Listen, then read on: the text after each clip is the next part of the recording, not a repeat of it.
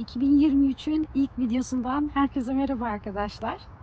Şimdi yeni motorum NK ile yaklaşık bir aydır beraberiz. Bu zamana kadar olan hissiyatımı sizlerle paylaşmak istiyorum. Hem motorla ilgili sormuş olduğunuz soruları da elimden geldiğince cevaplamaya çalışacağım. İlk soruyla başlıyorum. İlk soru boyla ilgili. Sele yüksekliği, boyum kaç? Bunlarla ilgili en çok gelen soruların başında oldu bu. 150 NK'nın orijinal sele yüksekliği 78,5 santim. Orijinal diyorum çünkü bunda ben bir ufak ayarlama yaptırdım. Benim boyum 1.57 arkadaşlar. Motorun amortisörleri çok sertti. Onları biraz yumuşattırdım. Dolayısıyla bindiğimde 1 santim aşağıya indi. Gördüğünüz gibi gayet ayağım rahat yere basıyor. Benim mesela tek hoşlanmadığım şu pekler. Bu pekler esnek şu şekilde. Yan sehpa şöyle kapatabiliyorsunuz ha. Ama açarken buna alışana kadar bayağı bir zorlandığımı söyleyebilirim. Her yeni motorda sil baştan başlıyorsunuz. Motorunuzun eforunu, motorunuzun huyunu, suyunu, size uyup uyumadığını ancak sürüş yaparak anlıyorsunuz. Bu motoru tercih etmemdeki en büyük etkenlerden birisi az yakması, ikincisi su soğutmalı bir motor olması. 150 cc'de bildiğim kadarıyla tek su soğutmalı olan NK 150 modeli.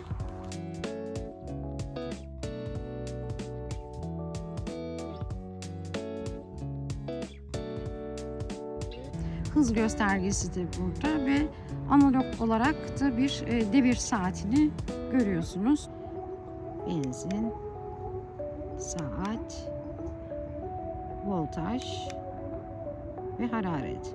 2 tane sürüş modu var.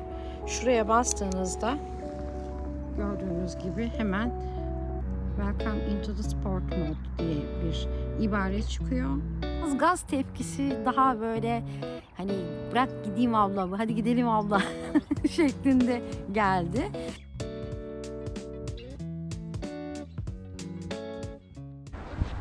Şimdi sizi küçük bir gezintiye çıkartmak istiyorum.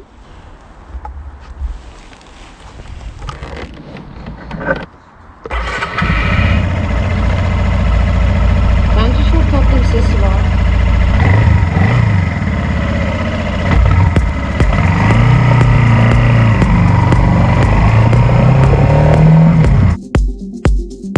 I don't ever slow up, no I don't take sh**. I got no love for the fakeness. If you wanna play tough and wanna hate this, I'll always show up. I don't ever slow up, no I don't take sh**. I got no love for the fakeness. If you wanna play tough and wanna hate this, I'll always show up and make a statement. I don't ever slow up, no I don't take sh**. I got no love for the fakeness. If you wanna play tough and wanna hate this, I'll always show up and make a statement. Everything I do so instinctive and so passionate. Every word I move so descriptive like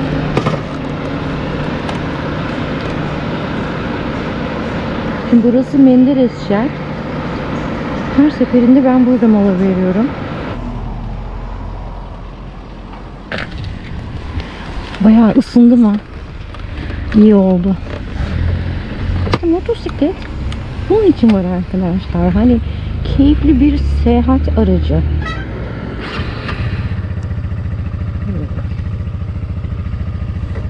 Hadi bakalım kaldığımız yerden devam edelim şimdi.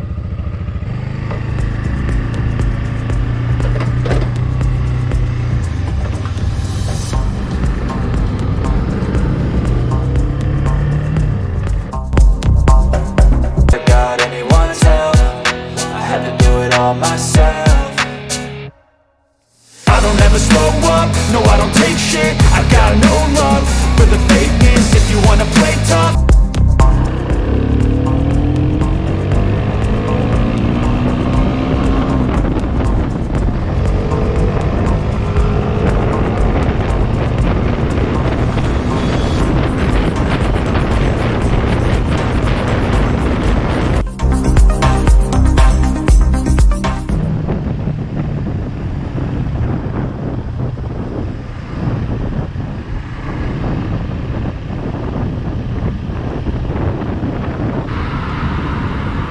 Menderes'e ilk defa geliyorum. Buraya da gelmek kısmet oldu. Hep transit geçtim sağından solundan ama şimdi nereye gideceğim Menderes'le?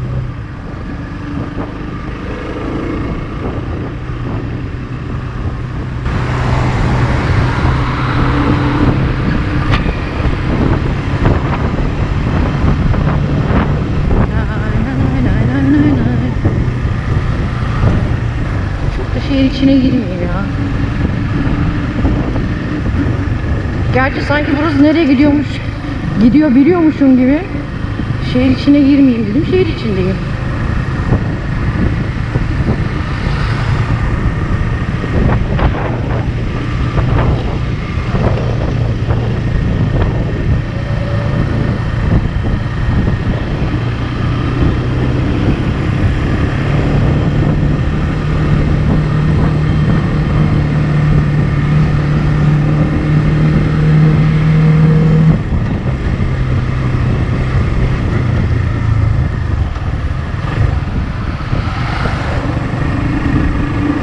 Yine bütün dikkatim yolda ve trafikte olduğu için konuşmuyorum.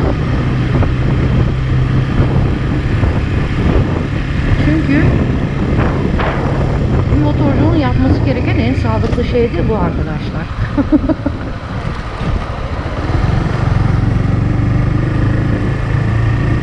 Nereye girdim acaba?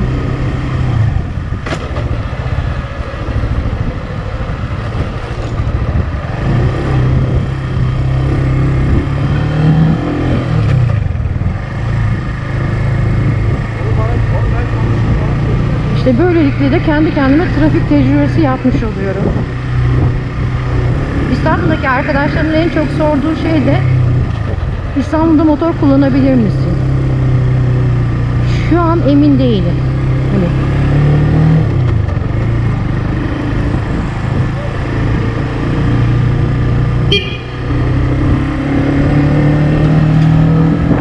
İstanbul trafiğiyle ilgili de şunu söyleyebilirim. Evet, bir kaos var ama o kaosta da bir düzen var.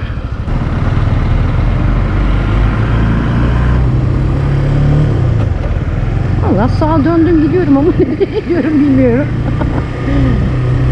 En sevdiğim de bu işte böyle. Al sana Menderes. Menderes'e geldim mi geldim. Şurada bir yine durayım, ben haritama falan bakayım. Trafiği birbirine katmadan.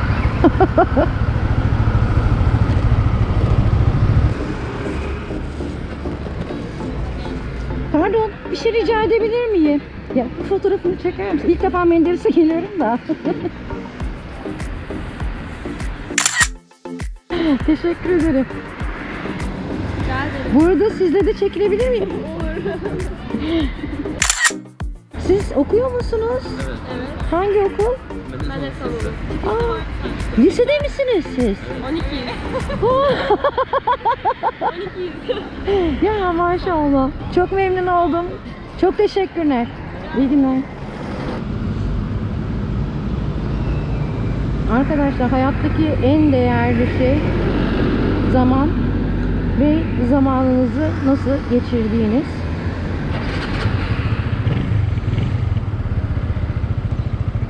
Asla geri alınamayacak zililyonlarınız bile olsa tek şey zaman.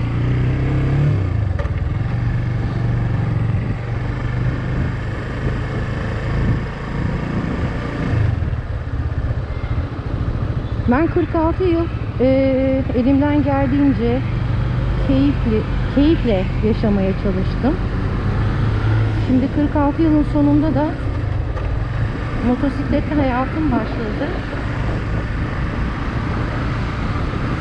Ve daha da keyiflendiğini söyleyebilirim. Motor benim mizacıma uydu bu arada.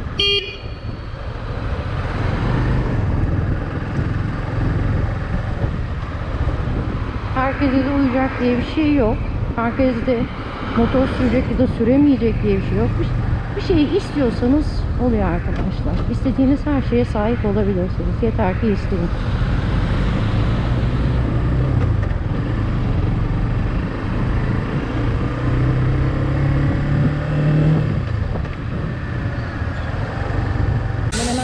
otobana girdi.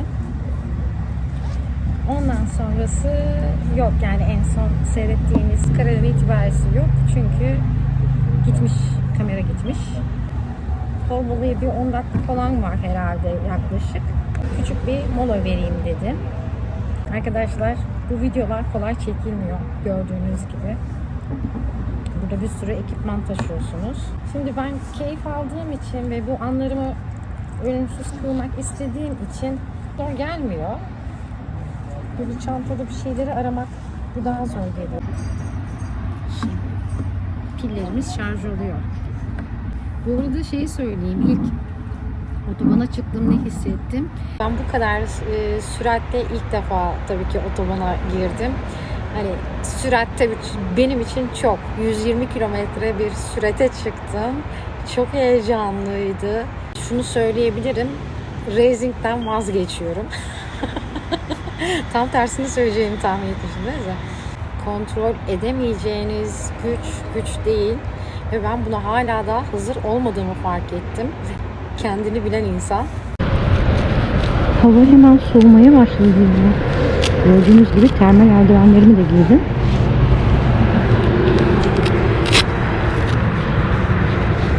Gelirken çekemediğim otoban maceramı giderken çekeceğim. Hadi bakalım.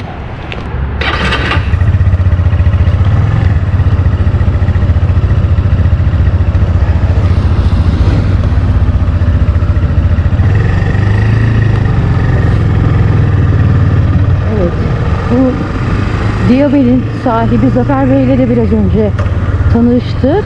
İzmir'den Antalya'ya gidiyor. Ama motorun benzini bitmiş. Hadi bakalım. Leykan'la ilk otoban macerası.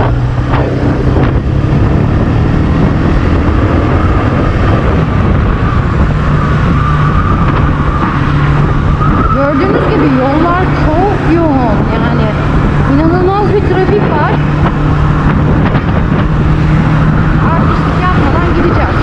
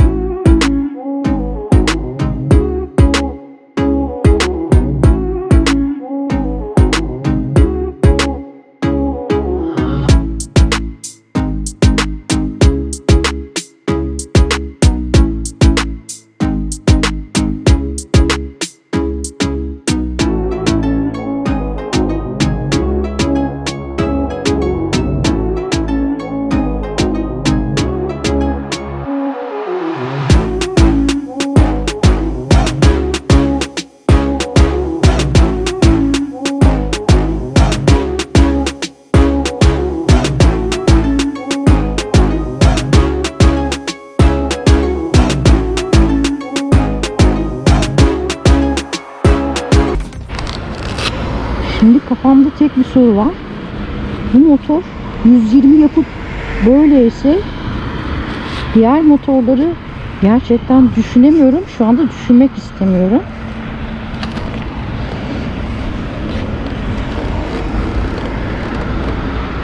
Çok samimi bir itirafımdır. İyi ki ama iyi ki bu motoru tercih etmişim. Önce bu motorla ben bir alışayım. Şu hızlarda bile bu kadar heyecan yapıyorsam gerisini düşünemiyorum zaten. Ama çok keyifli. Hadi gidelim.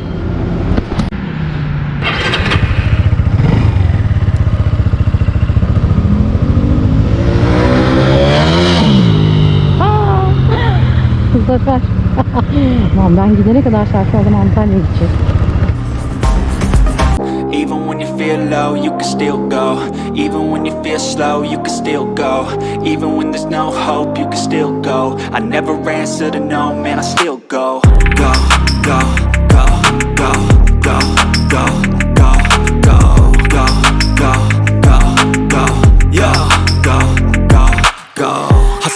hard, hustle every single day. I'll be making moves till I'm buried in my... Lafım kaydı ya. Gözümün üstüne, Allah kahretsin. Şöyle bakıyoruz. Çok fena oldu ya.